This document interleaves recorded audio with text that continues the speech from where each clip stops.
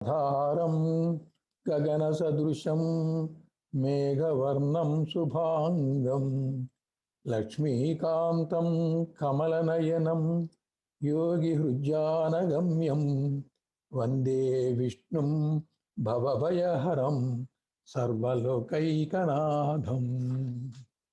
కస్తూరీ తిలకం లలాటఫలకే వక్షస్థలే కౌస్తుభం నాసాగ్రే నర వరమౌక్తికం కరతలే వేణుం కరే కంకణం సర్వాంగే హరిచందనం చ కలయన్ కంఠే చ ముక్తావళి గోపస్త్రీ పరివేష్టితో విజయతే గోపాల చూడామణి.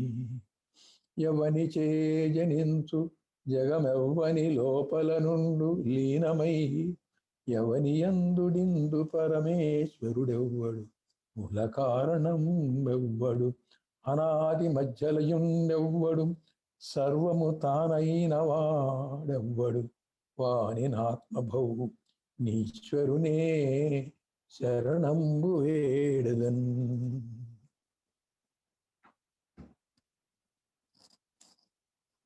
శ్రీ స్వరాజ్య భగవద్గీత.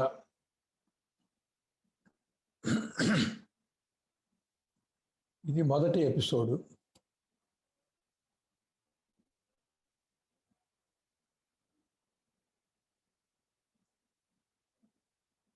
అక్టోబర్ 5, 2020తో ప్రారంభం. శ్రీ సచ్చిదానంద పరబ్రహ్మణే నమః. భగవద్గీతలు అనేకం ఉన్నాయి. అనేకం అంటే గీత ఒక్కటే కానీ వ్యాఖ్యానాలు వేరువేరుగా ఉన్నాయి. తాత్పర్యం కూడా బాహ్యార్థంగా, అంతరార్థంగా, రహస్యార్థంగా, అనుభవార్థంగా రాసిన వాళ్ళు ఉన్నారు. మామూలుగా భగవద్గీత క్లుప్తంగా ఆ సంస్కృత శ్లోకానికి తగినటువంటి తాత్పర్యంతో సాధారణ మానవుడు తాత్పర్యాన్ని కనీసం గ్రహించి అర్థం చేసుకొని దాని ప్రకారం ఆచరించడం కానీ, నడవడం కానీ, సాధన చేయటం కానీ జరుగుతుంది.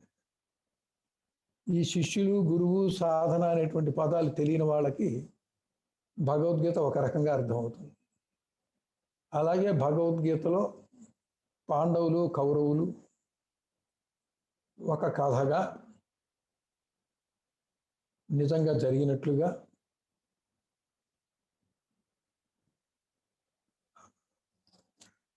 దానికి సంబంధించిన అర్థంతో పరిశీలిస్తారు.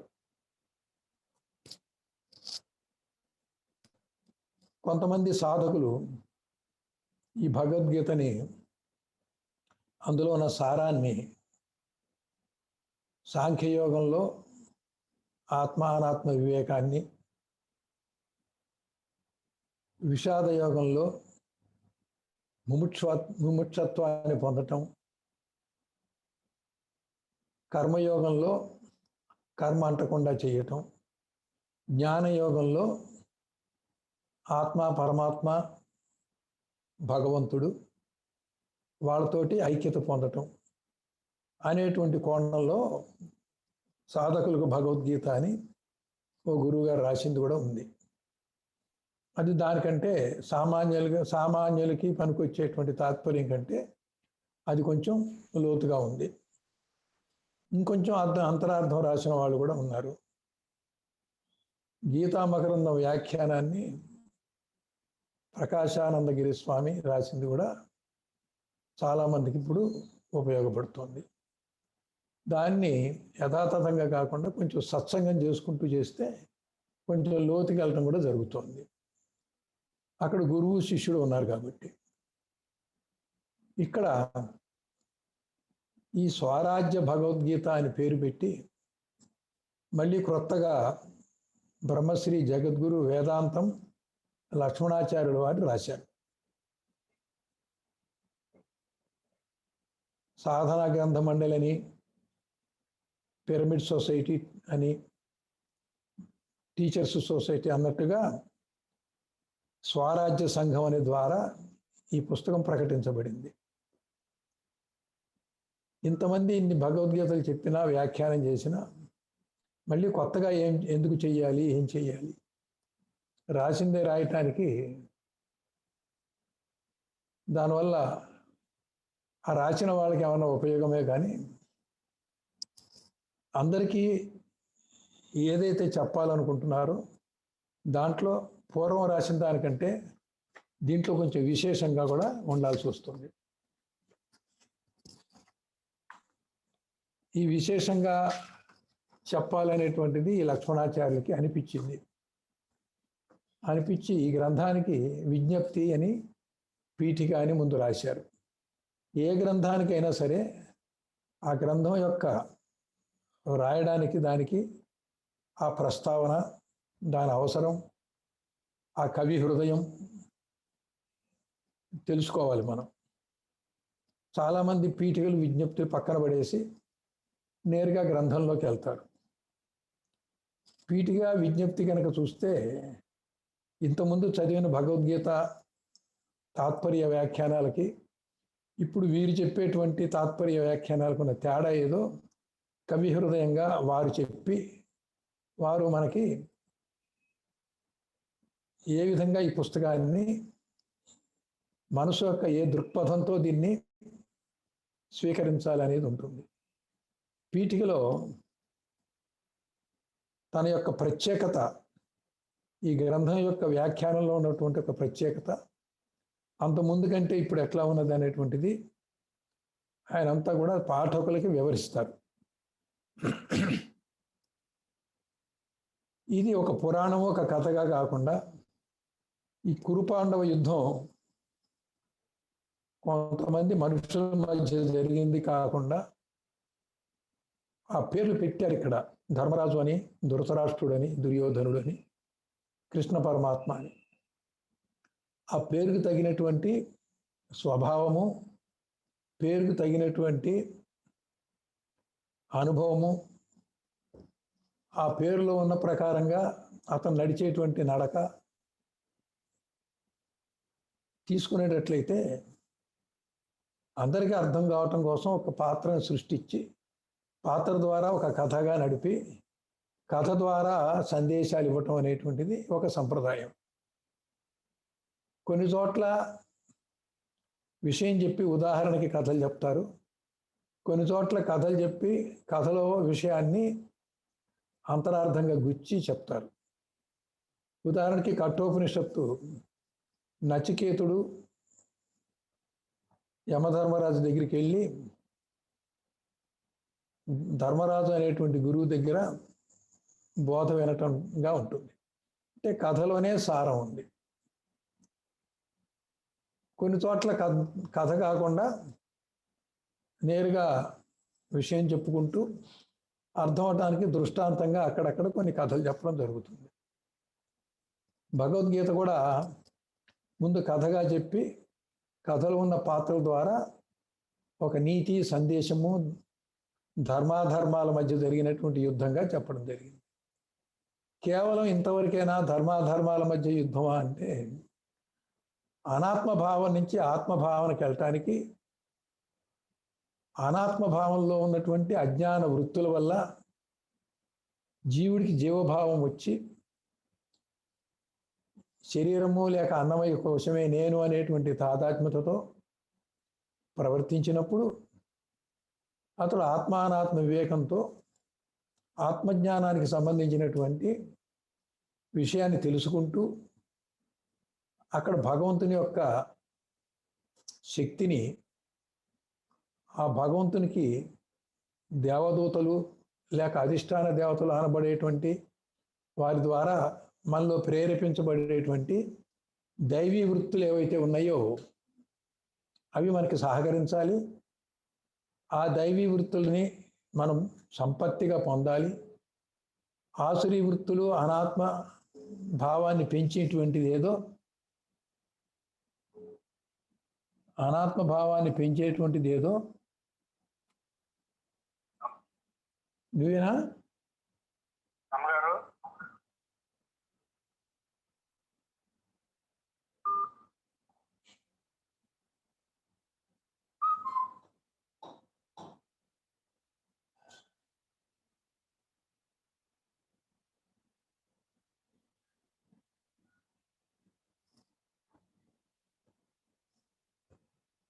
అనాత్మ వృత్తులు, జనన మరణ హేతు అయినటువంటి వృత్తులు, అజ్ఞాన సంబంధించినటువంటి వృత్తులు, వీటన్నిటినీ కూడా మన సాధకులు జయించాల్సిన అవసరం ఉన్నది.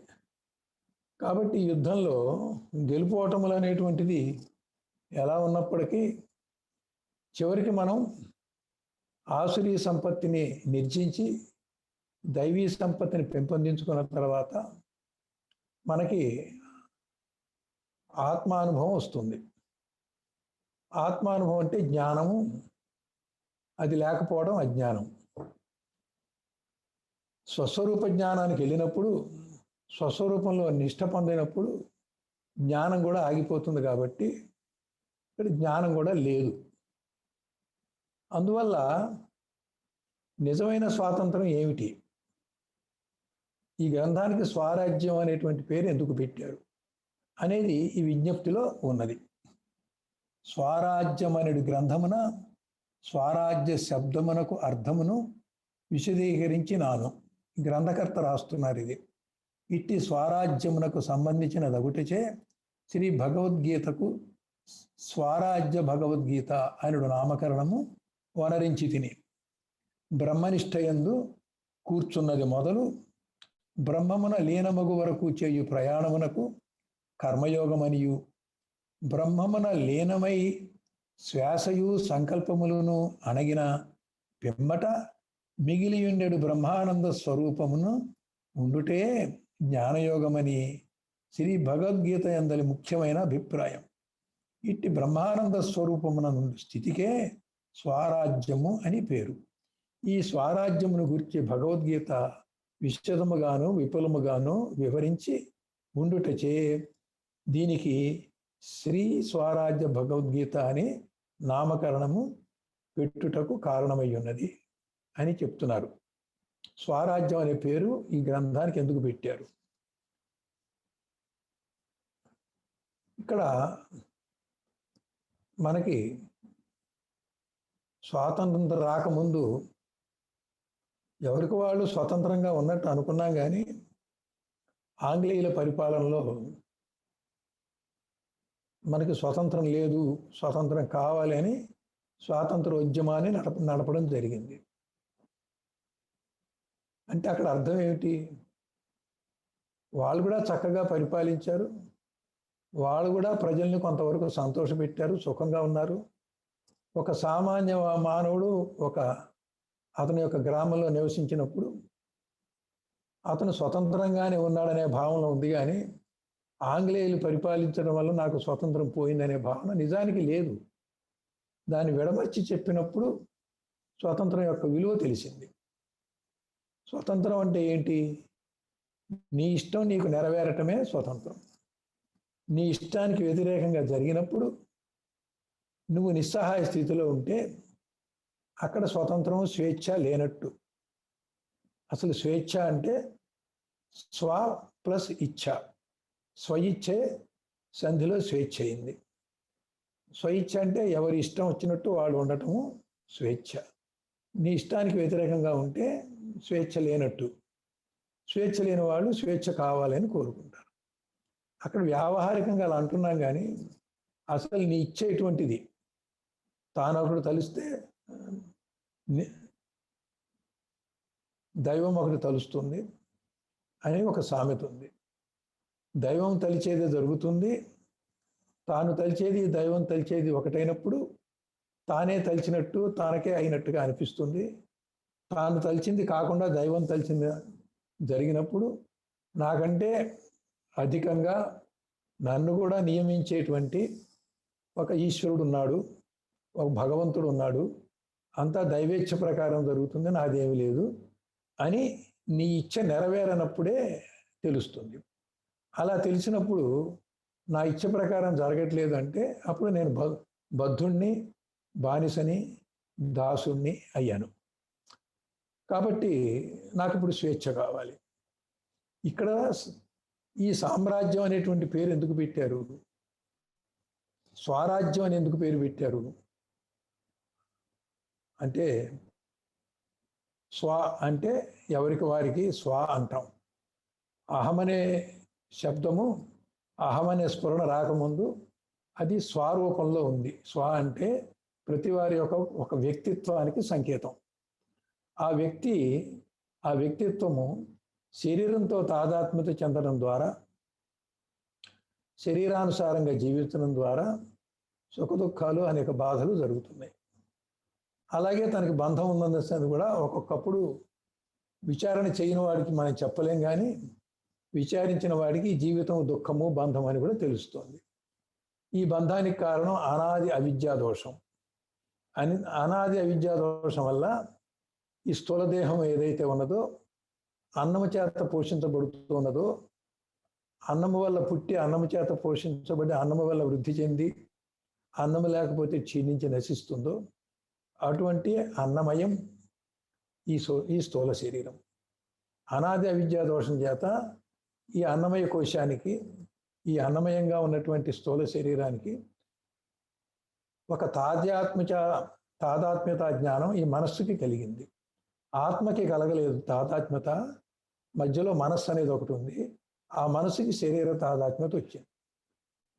అందుకని ఈ మనసు, ఈ శరీరమే నేననే మనసు మలిన మనస్సు. శరీరం నేను కాదు. ఈ శరీరం అనేటువంటి అన్నమయ కోశం ఏది ఉందో అది నన్ను కప్పింది కోశంలాగా. కాబట్టి నేను లోపల నేను వేరే ఉన్నాను అని అనటం, అని చెప్పుకోవడం ఆ మలిన మనస్సు నుంచి బయటపడటానికి ఒక విచారణా మార్గం. కనుక ఇటువంటి విచారణా మార్గంతో పంచకోశాల నుంచి బయటపడి పంచకోశ ధర్మాలు లక్షణాలు లేకుండా తానైనటువంటి ఆత్మగా, నేనైనటువంటి నేనుగా స్వానుభవంగా ఉండటమే అక్కడ స్వాతంత్రం. అయితే బంధం పోయింది, స్వాతంత్రం వచ్చింది అనుకుంటున్నావు. స్వరాజ్యం వచ్చిందన్నావు. ఇక్కడ రాజ్యం అనే పదం కూడా పెట్టారుగా.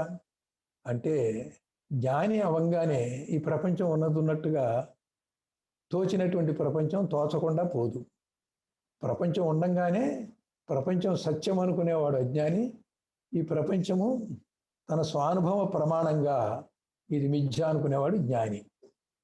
అయితే ఇది మిథ్యాని సాధన చేసుకొని స్వతంత్రం పొందినప్పుడు చివరికి అతను మరి రాజ్యం ఎక్కడిది అంటే, ఇప్పుడు ఈశ్వరుడే ఈ సృష్టిని చేశాడు అనుకున్నప్పుడు ఇదంతా ఈశ్వరుని యొక్క రాజ్యం. ఈశ్వరుని యొక్క నియమాలు ఇక్కడ చెల్లుబాటు అవుతాయి.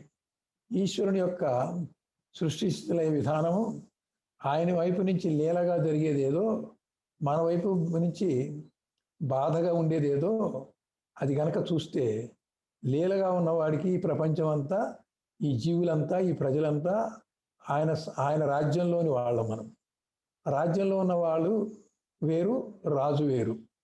కాబట్టి స్వ అనేటువంటి రాజు వేరు, ఆయన యొక్క రాజ్యంలో ఉన్నటువంటి వాళ్ళు వేరు. ఈ రాజ్యంలో ఉన్నటువంటి వాళ్ళని అతను పరిపాలిస్తూ ఉంటాడు, నియమిస్తూ ఉంటాడు. ప్రజల సుఖ దుఃఖాలు రాజుకి లేవు, కానీ ప్రజల సుఖ దుఃఖాలు చూసి వాళ్ళకి దుఃఖం లేకుండా సుఖం ఉండేట్టు, బాధలు లేకుండా రక్షణ చేసేట్టు చేయగలిగినటువంటి స్వతంత్రం ఆ రాజుకుంటుంది. కాబట్టి ఇదే ప్రపంచము, ఇదే సంసారము. మొదట్లో మనం ఏదైతే బంధం అనుకున్నామో చివరికి అదే సంసారము నీ యొక్క రాజ్యంగా, ఆ సంసారాన్ని నువ్వు ఒక రాజుగా, ఆ రాజ్యంలో రాజు ఎలా స్వేచ్ఛగా ఉంటాడో, ప్రజల చేత రాజు బంధించబడడు, కానీ రాజు చేత ప్రజలు బంధించబడచ్చు. కాబట్టి రాజశాసనానికి లోబడ్డటువంటి ప్రజలు బద్ధులు, రాజు ఏమో స్వతంత్రుడు. అందుకోసం ఇక్కడ ఆత్మజ్ఞానం పొందినటువంటి వాడు రాజుతో సమానము. రాజుకు ఉండేటువంటి రాజ్యం అంతా కూడా ఇప్పుడున్నటువంటి ప్రపంచమే. కాబట్టి ఏ దృష్టితో చూస్తున్నాం మనం, అవిద్యాదోషంతో చూస్తేనేమో ఇది బంధంగా ఉంది. జ్ఞానంగా, అవిద్య లేకుండా కేవలం జ్ఞానంగా చూసినప్పుడు ఈ రాజ్యము దీనికి పరిపాలకుడు, నియామకుడు, నీవుగా ఆనందంగా సంతోషంగా ఉంటూనే రాజ్య పరిపాలన నువ్వు చేస్తూ ఉన్నట్లుగా ఉంటుంది. రాజుకి సొంతంగా వచ్చేటువంటి కష్టం ఏదన్నా ఉంటే అది అతనికి బాధ, కానీ రాజ్యంలో ఉన్న ప్రజలకు వచ్చేటువంటి బాధ అతని సొంత బాధ కాదు. అయినప్పటికీ కూడా వాళ్ళ బాధ తీర్చేటువంటి బాధ్యత, ఆ బాధలు తీరటానికి ఉపాయము, అజ్ఞానం పోవడానికి జ్ఞానం బోధించడం, ఇట్లాంటివన్నీ కూడా ఆ స్వరాజ్యంగా ఎవరికైతే సిద్ధించిందో వాళ్ళు ఇవన్నీ నెరపచ్చు. అటువంటి వాళ్ళు గురువులు, సద్గురువులు, అవతార పురుషులు. కొంతమంది జీవన్ముక్తులకి వాళ్ళ వరకు వాళ్ళు చూసుకున్నప్పుడు వెష్టిగా, ఇది ఉండి లేనిదిగా చూస్తారు ఈ జీవితాన్ని. వాళ్ళ ఆత్మనిష్టలో స్వయంగా ఆనంద స్వరూపంగా, స్వేచ్ఛగా, స్వతంత్రంగా, బంధం లేకుండా ఉంటారు. ఏ రకంగా చూసినా ఆత్మజ్ఞానంతో ఆత్మలో స్థిరమవ్వటమే స్వరాజ్యం అనేటువంటి అర్థాన్ని ఈ లక్ష్మణాచార్యులు గారు తీసుకొని దాన్నే వివరించాలి, ఆ పద్ధతిలో, ఆ దృక్కోణంలో ఆ కాన్సెప్ట్ అందరికీ అందించాలి అనే ఉద్దేశంతో ఈ భగవద్గీతని ఆయన వ్యాఖ్యానించడం జరిగింది. ఇట్టి స్వరాజ్యమునకు సంబంధించిన అగుట చేత భగవద్గీతకు స్వరాజ్య భగవద్గీత అని పేరు పెట్టారు. స్వరాజ్యం అని చెప్పాము. భగవద్గీత అంటే ఏంటంటే భగవంతుడే పలికినటువంటిది. ఆ భగవంతుడు ఎవరు అంటే ఈ భగవద్గీతలో కృష్ణ పరమాత్మ, ఆయనే పలికినటువంటిది. అంటే స్వయంగా మనకు తెలుసు, యుద్ధ సమయంలో అర్జునుడికి స్వయంగా బోధించినదే భగవద్గీత. అర్జునుడు అనేది వంకబెట్టి చెప్పింది ఏదో మనందరికీ కూడా ఇది ఉపయోగపడుతూ ప్రయోజనకరంగా ఉంది. కనుక గీత అన్న, వచనం అన్న, భగవంతుడు ఏది చెప్తే అదే నామ సంకీర్తనంగా చేయాలి. దక్షిణామూర్తి స్తోత్రంలో కూడా జానాత్ సంకీర్తనాత్ అని ఉంది. ముందు మననాత్, శ్రవణాత్ తదర్థ మననాత్, శ్రవణాత్ తదర్థ మననాత్, జానాత్ సంకీర్తనాత్ అని ఉంది. అంటే ముందు శ్రవణం చేయాలి, దాని అర్థాన్ని మననం చేయాలి, మననం చేసిన దాన్ని సంకీర్తనగా నిరంతరంగా నిధిధ్యాసగా నీలో గిరగిరా ఒక తరంగాన్ని తిరుగుతున్నట్టుగా ఒక సంకీర్తనగా జరగాలి. సంకీర్తన అంటే నీ స్వరూపాన్ని నువ్వే కీర్తించుకోవడం. అన్నప్పుడు మనకి మనమే అని అర్థం పెట్టుకో. అప్పుడు ఆ సంకీర్తనం అనేటువంటిది ఇక్కడ గీత అనే పదంతో వచ్చింది. కాబట్టి భగవంతుడు సంకీర్తన మనకి ముందు శ్రవణం చేయిస్తున్నాడు, తర్వాత దాని అర్థాన్ని ఇస్తున్నాడు, మన చేత మననం చేయిస్తున్నాడు, మన చేత ధ్యానం చేయిస్తున్నాడు, దాని మీద మన మీద అప్లై చేసి సంకీర్తనగా నిధిధ్యాసగా పెట్టుకునేలాగా చేస్తున్నాడు. కాబట్టి దీనికి గీత అని పేరు. భగవంతుడే చేస్తున్నాడు కాబట్టి భగవద్గీత అని పేరు. బ్రహ్మనిష్ట యందు కూర్చున్నది మొదలు బ్రహ్మమున లీనమగుట వరకు చేయు ప్రయాణమునకు కర్మయోగం అని పేరు. మనకి సాధారణంగా భగవద్గీత ఎవరికి వాళ్ళు చదువుకుంటే కర్మయోగం అంటే ఏమనుకుంటారు? కర్మలో అకర్మం చూడాలి, నిష్కామ కర్మ చేయాలి, కర్మ చేయటానికి నీకు అధికారం ఉంది, కర్మ ఫలితాన్ని భగవంతుడు ఇస్తాడు, ఫలితాన్ని నువ్వు ఆశించకుండా కేవలం బాధ్యతగా కర్మ చెయ్యి, ఇలా అర్థం చేసుకుంటాం. నిజానికి అలా అర్థం చేసుకుని ఆచరించడం కర్మయోగం కాదు, కర్మయోగ అభ్యాసం. కర్మయోగాన్ని అభ్యసించడాన్ని అక్కడ గీతలో చెప్పారు. కాబట్టి ఎవరికి వాళ్ళు భగవద్గీత చదువుకున్నా, గురువులు దాంట్లో ఉన్న తాత్పర్యం పెట్టి చెప్పినా, మనం కర్మయోగం అంటే ఎలా ఉంటుందో దాన్ని అభ్యసిస్తూ ఉన్నాం. కానీ ఇక్కడ ఏం చెబుతున్నాడంటే కర్మయోగం అంటే తాను బ్రహ్మనిష్ఠుడు అయ్యాడు, అహం బ్రహ్మలాగా ఉన్నాడు, ఇంకా అహం అనేది పోలేదు. ఈ అహం అనేది బ్రహ్మములో లీనం అవ్వాలి. బ్రహ్మనిష్టయందు కూర్చున్నటువంటి వాడు ఎవడైతే కూర్చున్నాడో వాళ్ళలో ఉన్న అహము, వాళ్ళలో ఉన్న వ్యక్తిత్వము తన లక్ష్య రూపంలో ఆ లక్ష్యాన్ని నిష్టగా ఉన్నటువంటి వాడు ఆ లక్ష్య రూపంలో ఉన్నటువంటి బ్రహ్మమున ఈ నేను పోయి లీనమయ్యి నేను ప్రవిలాపన చెందాలి. లీనమవటం అంటే ఏంటంటే లేకుండా పోవాలి. అంటే నీళ్ళల్లో పంచదార వేసిన, ఉప్పు వేసిన కరిగిపోతుంది, ఇది లీనమే. కానీ ఆవిరి పెట్టినప్పుడు మళ్ళీ పంచదార కానీ ఉప్పు కానీ కళ్ళుగా బయటపడుతుంది. కానీ కరిగిపోవాలి, కానీ మళ్ళీ పునరుత్పత్తికి జరగకూడదు. పునరుత్పత్తి జరగకుండా ఉండటానికి ప్రవిలాపన అని పేరు. దీనికి యలంరా శ్రీనివాసరావు గారు పెట్టిన పేరు ప్రవిలాపన. ఆ విధంగా అహం బ్రహ్మలో ఉన్నటువంటి వాడు బ్రహ్మనిష్టలో ఉండగా ఆ బ్రహ్మనిష్టలో ఉన్నటువంటి లక్ష్యం ఏదైతే అంటే అటువంటి బ్రహ్మములో లీనం అవ్వటం కోసం ఈ నేను అనేటువంటి వాడు అహం బ్రహ్మలో ఉన్న అహం అనేటువంటిది ప్రవిలాపన జరగటమే ఈ మధ్యలో జరిగేది కర్మయోగము. ఎంత అంతరార్థం చెప్పారో చూడండి. బ్రహ్మనిష్ట నుంచి అద్వైతం సిద్ధించడానికి మధ్యకాలంలో ఉన్నటువంటిది కర్మయోగంట. బ్రహ్మమున లీనమై శ్వాసయు సంకల్పములను అణిగిన పిమ్మట శ్వాసకి సంకల్పానికి అవినాభావ సంబంధం ఉంది. శ్వాస కేవలం కుంభక యోగంలో ఉంటే మనసు నిస్సంకల్పంగా ఉంటుంది. శ్వాస ఉచ్ఛ్వాసగా ఉన్నప్పుడు బాహ్య ప్రాపంచిక విషయాలు లోపలికి తీసుకోవడం జరుగుతుంది. శ్వాస నిశ్వాసగా వదిలినప్పుడు ఆ తీసుకున్న విషయాన్ని వదిలేసి మళ్ళీ ఉచ్ఛ్వాసలో కొత్త విషయాన్ని తీసుకోవడం, దీన్నే సంకల్పం వికల్పం సంకల్పం వికల్పం అంటారు.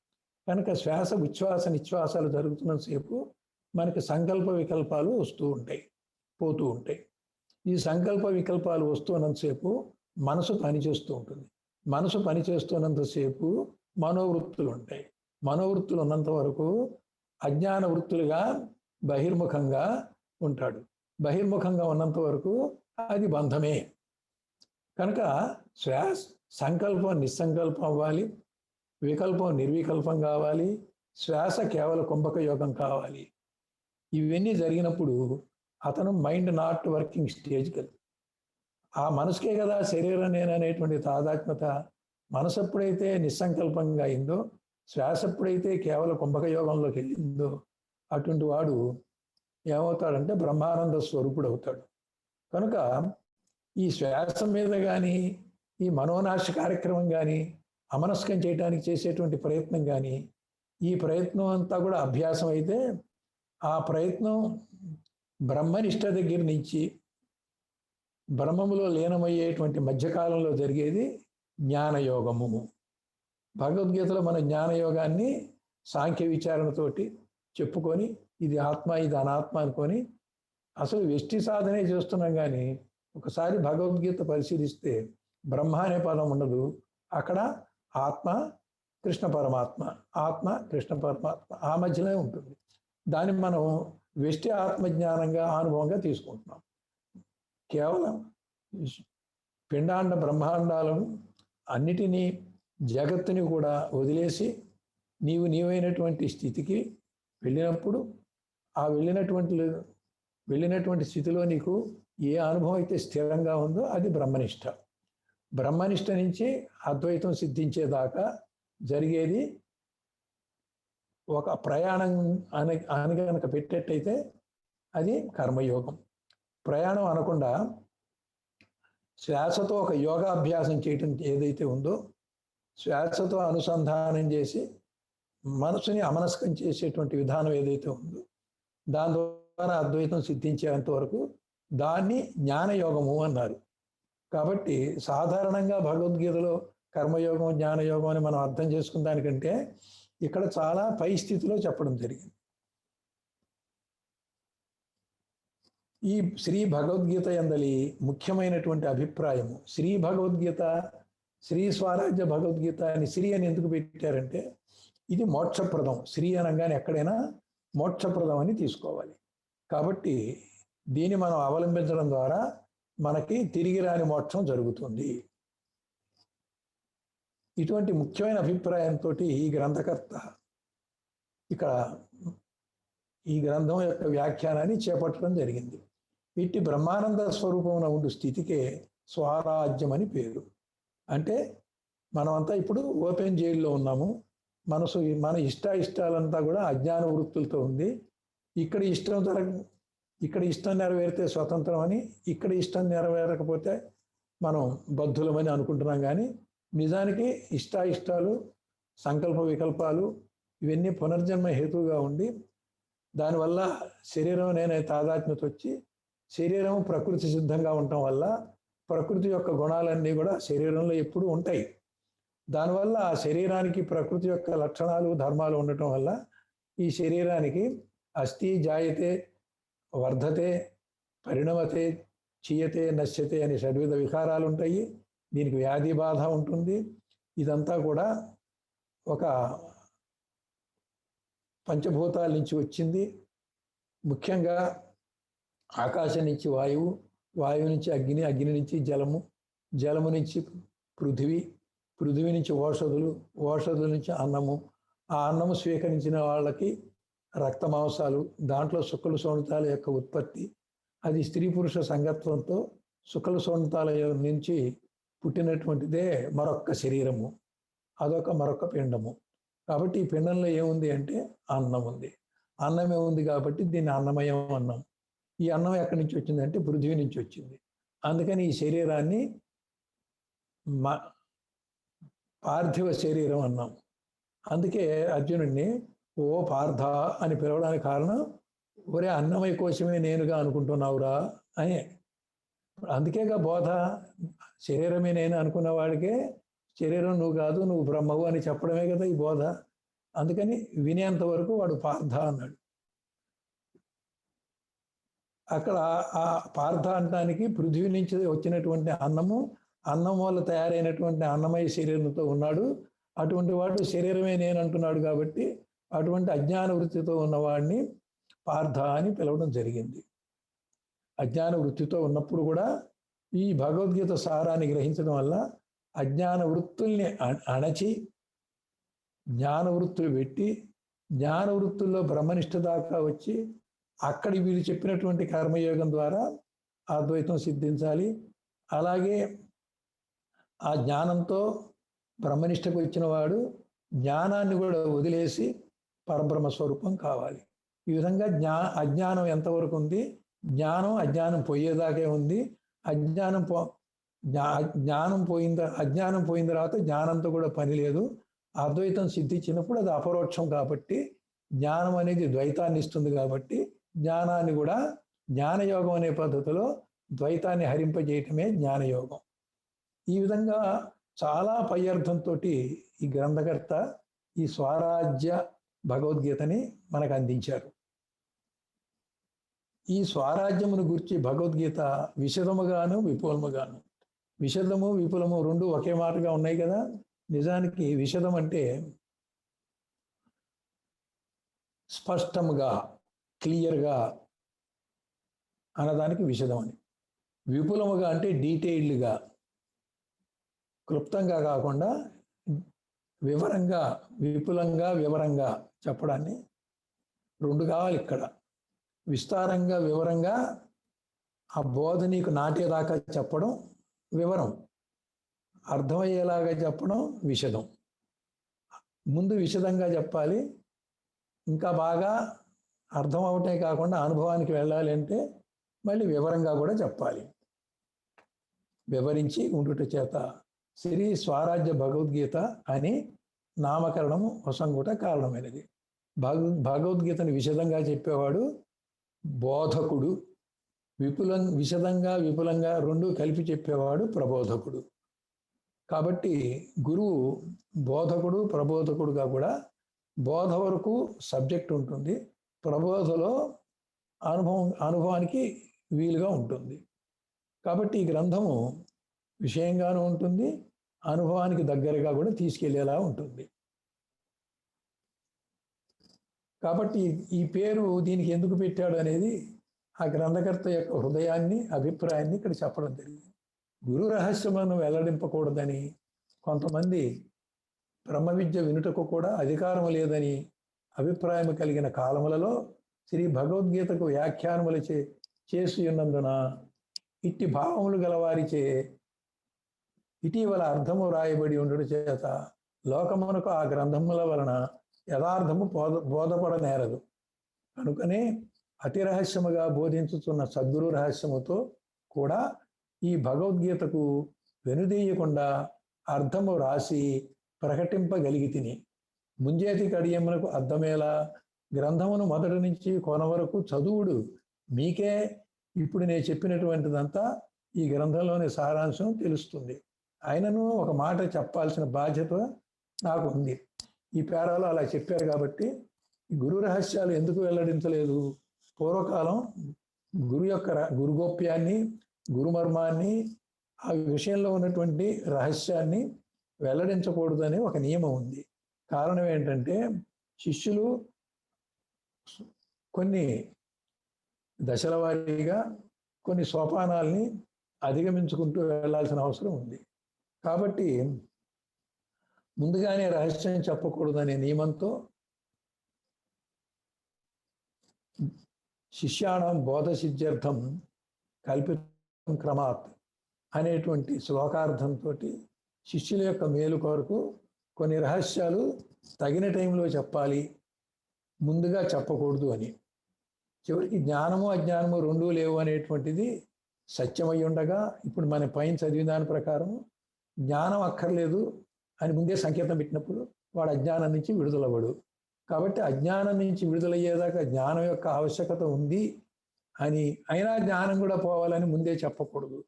చెప్తే అతనికి ఎలా ఉంటుందంటే, పోయేదానికి మనం ఎందుకు పెట్టుకోవాలి, ఇప్పుడు జ్ఞానం కూడా వద్దన్నప్పుడు నాకు జ్ఞానంతో పని ఏంటి అనేటువంటి ఒక అలసత్వం ఆ శిష్యుల్లో సాధకుల్లో ఏర్పడేటువంటి అవకాశం ఉంది. అందుకని జ్ఞానం వరకు ఒక నడక నడిపి జ్ఞానం కూడా పోయేటువంటి ఒక రెండో నడక చెప్తారు. ఆ రెండో నడకలో అప్పుడు ఈ రహస్యాన్ని బయట పెడతారు. ఇప్పుడు నిజానికి అలాగే చెయ్యాలి. కానీ ఇక్కడ ఏం చేస్తున్నారంటే, కొంతమందికి బ్రహ్మ విద్యకి అర్హత లేదు, యోగ్యత లేదు. కొంతమందికి బ్రాహ్మణ వర్ణానికే ఉంది, మిగతా వాళ్ళకి లేదని. కొంతమందికి అధికారం లేదని, స్త్రీలకు కూడా అధికారం లేదని. ఈ మధ్య మలయాళ స్వామి వచ్చిన తర్వాత ఇవన్నీ పోయినాయి. అసలు పురుష అనే శబ్దంతో స్త్రీ పురుషుల్లో లింగభేదం లేకుండా ఉండేటువంటి నేను అనే పురుషుడు ఒకడు ఉన్నాడు. అది ఆ పురుషుడికే బ్రహ్మజ్ఞానం వస్తే బ్రాహ్మణుడు. కాబట్టి వర్ణాశ్రమ ధర్మాల ప్రకారం కాదు, అందరూ కూడా యోగ్యులే అని మలయాళ స్వామి వారు తెలుసు. నిజానికి కొందరు పెద్దలు ఈ రకంగా మూర్ఖత్వంతో కానీ స్వార్థంతో కానీ అలా చేశారు. దానివల్ల ఏమైందంటే ఈ రహస్యార్థాలు బయటపడలా. ఎంతమందో భగవద్గీతకు వ్యాఖ్యానాలు రాసినా ఈ రహస్యార్థం ఎప్పుడైతే బయట పెట్టలేదో, ఏదో ఒక కాలంలో ఈ రహస్యాన్ని కూడా బయట పెట్టాల్సినటువంటి అవసరం ఏర్పడింది. ఈ గ్రంథకర్త ఆ ఆవశ్యకతను గుర్తించి ఇప్పటికి నేనైనా పెట్టాలి అని. అలాగే ఈ ఆశ్రమ సంప్రదాయాల గురువులు కూడా ఆ రహస్యాన్ని దాచిపెడుతున్నారు. ఎందుకు అక్కడ దాచిపెడుతున్నారు అంటే, రహస్యం చెప్తే వాడు కూడా నేను పెద్ద గురువునే అంటాడని, ఎప్పుడు నేనే గురువు అవ్వాలి, గురువుగానే ఉండాలి, శిష్యులుగానే ఉండాలని ఆ రహస్యం చెప్పకుండా ఉండేవాళ్ళు గురువులు ఉన్నారు.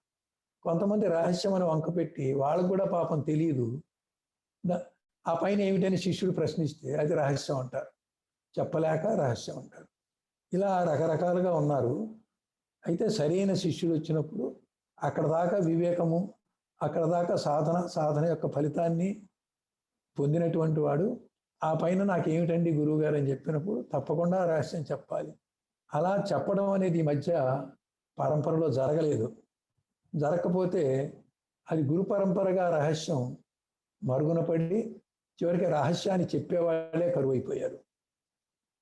ఈ సందర్భంలో రహస్యాన్ని చెప్పాల్సిన అవసరం ఏర్పడిందని ఈ లక్ష్మణాచార్యులు గారు దీనికి పని కట్టుకొని పూనుకున్నారు. ఇట్టి భావము గలవారిచే ఇటీవల అర్థము రాయబడి ఉండు చేత ఆ అర్థాలన్నీ కూడా బాహ్యార్థము అంతరార్థం వరకే పరిమితం అవటం వల్ల లోకమునకు ఆ గ్రంథము వలన యథార్థము నిజమైనటువంటి సత్యము బోధపడటం లేదు. కనుకనే అతి రహస్యముగా బోధించుతున్న సద్గురు రహస్యాలతో కూడా ఈ భగవద్గీతకు వెనుతీయకుండా అర్థము రాసి ప్రకటింపగలిగితిని. ఈయన చేశారు పాపం. ముంజేతి కంకణం మనకు అర్థమయ్యేలా ఇదంతా కూడా లోతుగా తెలిసిన తర్వాత ఇప్పుడు వీరు చెప్పేది మనకు అర్థం అవుతుంది. మన శిష్యులు కొంతమంది కొంతకాలం సాధన చేస్తున్నారు కాబట్టి ఈరోజు నేను చెప్తున్నా కానీ వాళ్ళకి అర్థం అవుతుంది. అదే కొత్తగా శిష్యుడు అనేటువంటి భావం కూడా లేకుండా ఒక సాధారణ మానవుడు భగవద్గీతను తెలుసుకోవాలని వచ్చినప్పుడు నిజంగా ఈ పీఠికలో ఈ విజ్ఞప్తిలో ఉన్నది కూడా ఇప్పుడు చెప్పిన ప్రకారంగా చెప్పింది కూడా బుర్రకెక్కదు. కాబట్టి అది ఆ 18 యోగాలు భగవద్గీత ఈయన అనుకున్న పద్ధతిలో రహస్యాల్ని విప్పి బయట పెట్టుకుంటూ చెప్పడం ఎప్పుడైతే జరుగుతుందో దాని ప్రకారం చేసినప్పుడే ఈ పీఠికలో రాసినటువంటిది, ఈ విజ్ఞప్తిలో రాసినటువంటిది మనకు అర్థమవుతుంది. కాబట్టి ఇంతవరకు చెప్పి ఇంకా దీన్ని ఎంత సాగదీసినా ఉపయోగం లేదు. గీతాసారాన్ని వేరే దృక్కోణంలో, రహస్యాన్ని బయటపెట్టేటువంటి దృక్కోణంలో అతను మళ్ళీ కొత్తగా వ్యాఖ్యానం చేసింది.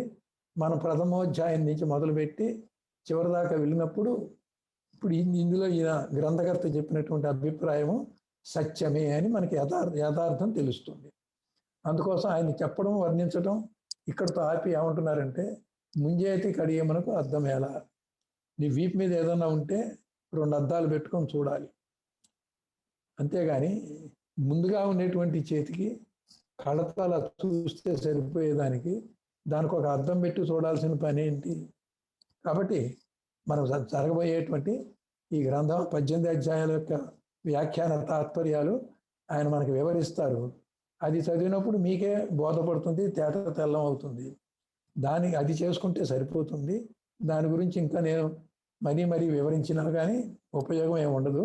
గ్రంథం ఆశాంతం పూర్తి చేసినప్పుడు మీకే బోధపడుతుంది. గ్రంథమును మొదటి నుండి కొన వరకు, అంటే మొదలు వదిలిపెట్టినా కష్టమే, చివరి వదిలిపెట్టినా కష్టమే. ఎందుకంటే ప్రతి శ్లోకము, ప్రతి అధ్యాయము ఒక రహస్యమే. దానికి లింకు లేకుండా, కనెక్షన్ లేకుండా మనం వెళ్ళిపోతే దాన్ని మనం పట్టుకోలేము. ఒక గొలుసు లింకులుగా ఉంది. కానీ మనం ఏంటంటే ఆ లింకుల ద్వారా గొలుసు కట్టుగా పెట్టి అంది పొంది మీరి ఆ పద్ధతిలో సోపానాలు ఎక్కుకుంటూ ఆ గమ్యం చేరే విధానానికి బోధలో కానీ ఆచరణలో కానీ కొన్ని గ్యాప్లు పెట్టుకున్నప్పుడు ఏమవుతుందంటే దాన్ని లింక్ చేసుకోవడం కష్టం. ఆ గ్యాప్గానే ఉండిపోతుంది లింక్. కాబట్టి ఏదైతే ఇప్పుడు నేను ఈ భగవద్గీత ఈ లక్ష్మణాచార్యులు గారు చెప్పిన దాన్ని చాలా కష్టంగానే ఉంది. దీన్ని ఈ మాదిరిగా మీకు అర్థమై చెప్పడానికి నేను ఒక 5-6 రోజులు దీనికి అభ్యాసం చేయాల్సి వచ్చింది. కనుక ఆశాంతం వినాలి, మొదల నుంచి కొనదాకా వినాలి, మధ్యలో మానేసి అప్పుడప్పుడు వినటం కాదు. మొన్న యలంరా శ్రీనివాసరావు గారు కూడా విజయవాడలో ఈ సత్సంగం పెట్టి ఒక సబ్జెక్ట్ ఆయన మొదలుపెట్టి ఒక మండలం రోజులు ఎన్ని రోజులు చెప్పేవారు. అది ఆయన వినటం కోసం విజయవాడలో చెప్తే గుంటూరు, ఇతర ప్రాంతాల నుంచి కూడా, తెనాల నుంచి కూడా ట్రైన్లో, బస్సులో వెళ్ళేవాళ్ళు. అయితే ఆయన ఒకరోజు ఆబ్సెంట్ అయితే ఊరుకునేవాడు కాదు, లేటుగా వస్తే ఊరుకునేవాడు కాదు, ముందే వెళ్ళిపోతే ఊరుకునేవాడు కాదు. 40 రోజులు మొదల నుంచి చివరి దాకా వింటేనే వాళ్ళు రానిచ్చేవాడు, లేకపోతే వాళ్ళని చడామడ తిట్టేవాడు. ఆయన సీడీలు కనుక ఎవరైనా పెట్టుకుంటే ఆ తిట్లు కూడా సీడీలో మనకి వినబడతాయి. అయితే మనం అంత కఠినంగా లేము, శిష్యులకి కొంచెం స్వేచ్ఛ ఉంది. అయినా కానీ వాళ్ళే దీన్ని గుర్తించి గ్రహించి మొదల నుంచి చివరి దాకా ఈ గ్రంథం యొక్క ఈ వ్యాఖ్యానాన్ని, ఈ రహస్యాన్ని, ఈ బోధని, ఈ ప్రబోధని అంతరాయాలు లేకుండా వినాల్సినటువంటి ఆవశ్యకత ఉన్నది. మీకే ఈ గ్రంథంలోని సారాంశము తెలుస్తుంది, అప్పుడు తెలుస్తుంది. ఆయనను ఒక మాట చెప్పాల్సిన బాధ్యత నా యందు ఉన్నది. సద్గురువులు అతి రహస్యముగా తమ ప్రియ శిష్యులకు మాత్రమే బోధించునట్టి పరమ రహస్యములను లోకులు అందరూ గ్రహించుకొనవలను అను తలంపుతో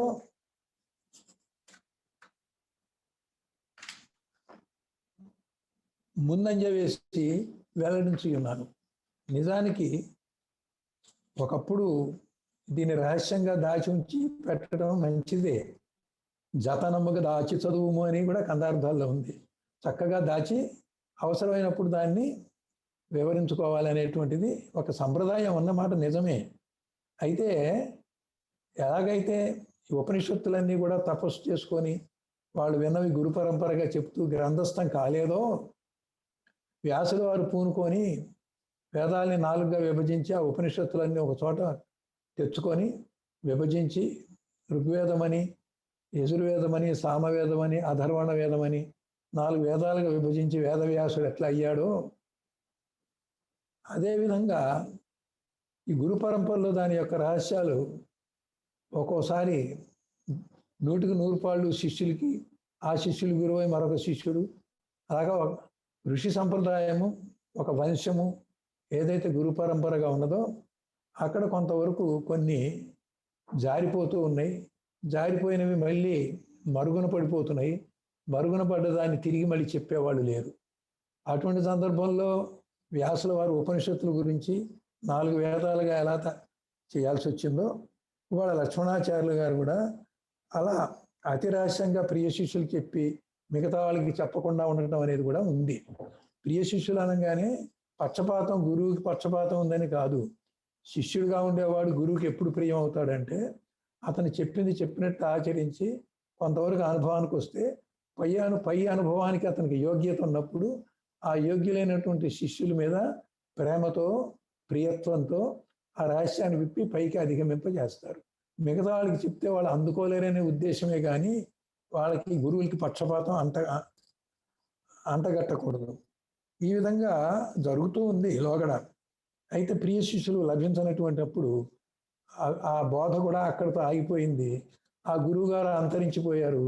ఆ గురువుకి శిష్యుడి ఆయన దగ్గర రహస్యం శిష్యులుగా అందలేదు.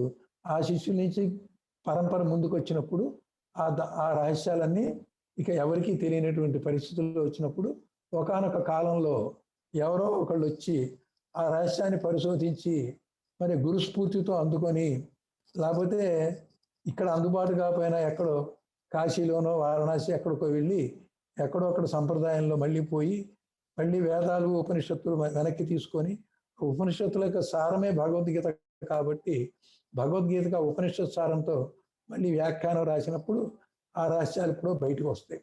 ఆ పద్ధతిలోనే ఆ కోవలోనే ఈ వేదాంతం లక్ష్మణాచార్యులు గారు దాన్ని గ్రహించి, నేను గ్రహించిన దాన్ని మరి ఇక్కడ కొంతమందితోనే పోకూడదు, ఇది అందరికీ అందాలి అనేటువంటి సదభిప్రాయంతో ఈయన మొదలుపెట్టారు. కాబట్టి దీన్ని రామానుజాచార్యులు గారికి వారి గురువు ఒక మంత్రోపదేశం చేసి ఇది రహస్యము అన్నారు. రహస్యం అంటే ఏంటంటే ఎవరికి చెప్పకూడదు. ఎవరికి చెప్పకపోతే ఎట్లంటే తగినవాడు యోగ్యుడు వస్తే వాడు ఒక్కడికే చెప్పాలి అన్నారు. చెప్తే ఏమవుతుంది అన్నాడు. చెప్తే ఏమవుతుంది అంటే ఘోర నరకానికి వెళ్తా ఉన్నాడు. సరే, అప్పుడు గుడి గోపురం ఎక్కి అందరికీ చెప్పేశాడు ఆ మంత్రం ఆయన. ఎందుకు అంటే నేను ఒక్కనే నరకానికి పోతే వీళ్ళందరూ స్వర్గానికి పోతారు, వీళ్ళందరికీ మోక్షం వస్తుంది అనేటువంటి కృపతో రామానుజాచార్యులు ఎలాగైతే చెప్పారో ఈ లక్ష్మణాచార్యులు గారు కూడా ఈ పరమరహస్యాన్ని దాచి ఉంచి తగిన వాళ్ళకి చెప్పాల్సినటువంటి అవసరం ఉన్నప్పటికీ తెగించి అందరికీ ఈ రహస్యాన్ని వెల్లడించాలనేటువంటి సదభిప్రాయంతో ఈ స్వరాజ్య భగవద్గీత అనేటువంటి దాన్ని ఆయన రచించారు. కనుక ఈ స్వరాజ్య భగవద్గీత మహోన్నతమైనదని విన్నవించుతున్నాను. ఇంతకుముందు ఈ రహస్యములు సుధార బుద్ధితో వెల్లడించి ఉన్నచో నేను ఈ గ్రంథములు రాయవలసిన అవసరము లేకుండేది. ఎవరైనా సరే ఒక ఉదారమైనటువంటి బుద్ధితో కొంతమంది ఈ గ్రంథాన్ని, ఈ రహస్యాలు ఇప్పుడు నేను కొత్తగా చెప్పేది కాదండి, ఇవి అందులో ఉండనే ఉన్నాయి, ఇవి మరుగున పడ్డాయి, నా పూర్వీకులు చెప్పనందువల్ల నేను ఇప్పుడు చెప్పవలసిన అవసరం వచ్చింది అని వినయంగా చెప్తున్నాడు. నేనేదో నేను గొప్పవాడిని, రహస్యాలు మీకు ఎవరికి తెలియదు, నాకే తెలుసు, నేను కాబట్టి చెబుతున్నాను అనకుండా ఆ గ్రంథకర్త యొక్క వినయాన్ని ఇందులో మనం గ్రహించాలి. పెద్దలు ఈ రకంగా వెల్లడించి ఉండలేదు కాబట్టి, వెల్లడించేవాళ్ళు కనుమరుగైపోయారు కాబట్టి, రహస్యాల శిష్యులకు అందకపోవటం వల్ల ఇప్పుడు ప్రస్తుతం చాలామందికి ఇది తెలియకపోవడం వల్ల ప్రియ శిష్యులకే చెప్పాలనే నియమం కలియుగంలో లేదు. ఆ గురుకులాశ్రమంలోనే ప్రియ శిష్యులు ఉండేవాళ్ళు. ఇప్పుడు శిష్యుల్ని గురువే వలేసి పట్టుకొని శిష్యుడు అంటే ఏంటో కూడా చెప్పి, శిష్యుడు ఎలా ఉండాలో చెప్పి, శ్రద్ధ అంటే ఎలా ఉండాలో చెప్పి, మరి శ్రవణ మనన నిధిజాసులు ఎటువంటి అవగాహనతో చెయ్యాలి, ఎటువంటి ప్రయోజనం కోసం చెయ్యాలి, ఆ చేసేటువంటి పద్ధతి ఉపాయం ఏమిటి, ఇన్ని రకాలుగా చెప్పి ఒక సామాన్యుడిని నిజమైన శిష్యుడిగా ముందు తయారు చేసిన తర్వాత అప్పుడు అంతేగాని శిష్యులకి ముందే షరతులు పెడితే అసలు ఈ శిష్యరికానికి వచ్చేటువంటి వాళ్ళే కరువు అయిపోయారు. అందువల్ల ఈ రోజున మొత్తం సబ్జెక్ట్ అంతా అర్థం కాకపోని రహస్యాలన్నీ బట్టబయలు చేసి ఉన్నది ఇది అనేటువంటిది బయట పెట్టేటువంటి రోజు కలియుగంలో ఈ కాలంలో వచ్చింది. ఈ కాలంలో వచ్చింది కాబట్టి పొందేవాళ్ళు పొందుతారు, పొందనవాళ్ళు పొందరు. కనీసం ఈ సబ్జెక్టు గ్రంథస్థమే ఉంటుంది. ఆ గ్రంథం ఇవాళ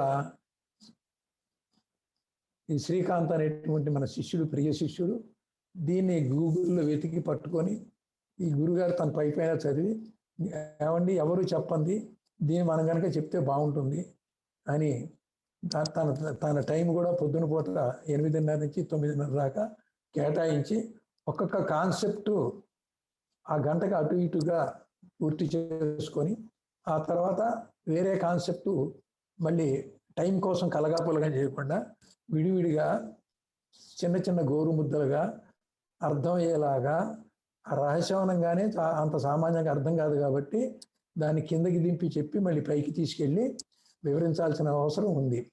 ఈ రహస్యాన్ని, ఆ ఉన్నతమైన దాన్ని అర్థం కావడానికి కిందకి దింపి అర్థమైన తర్వాత మళ్ళీ క్రమంగా పైకి తీసుకెళ్ళి అసలైన రహస్యాన్ని అర్థమయ్యేలాగా చేయాల్సినటువంటి ఈ నైపుణ్యము, యుక్తి గురువుకు ఉండాలి.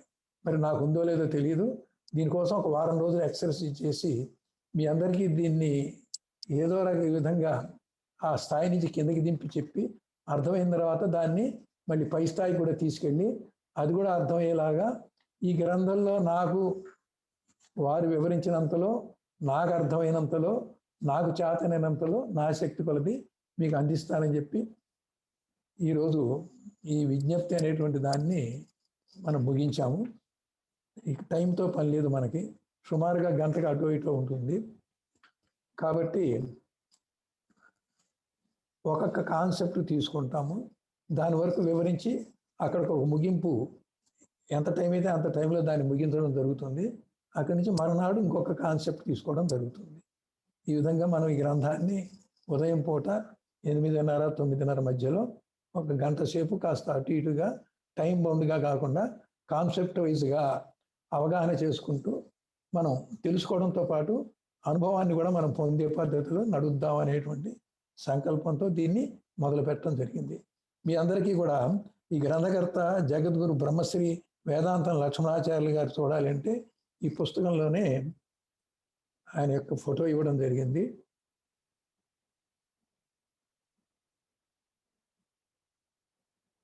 వీరికి ధన్యవాదాలు. వారి గ్రంథాన్నే మనం సత్సంగంగా మనం చెప్పుకున్నాం ఈ రోజు నుంచి. హరి ఓం. ఓం పూర్ణమద పూర్ణమిదం పూర్ణాత్ పూర్ణముదచ్యతే పూర్ణస్య పూర్ణమాదాయ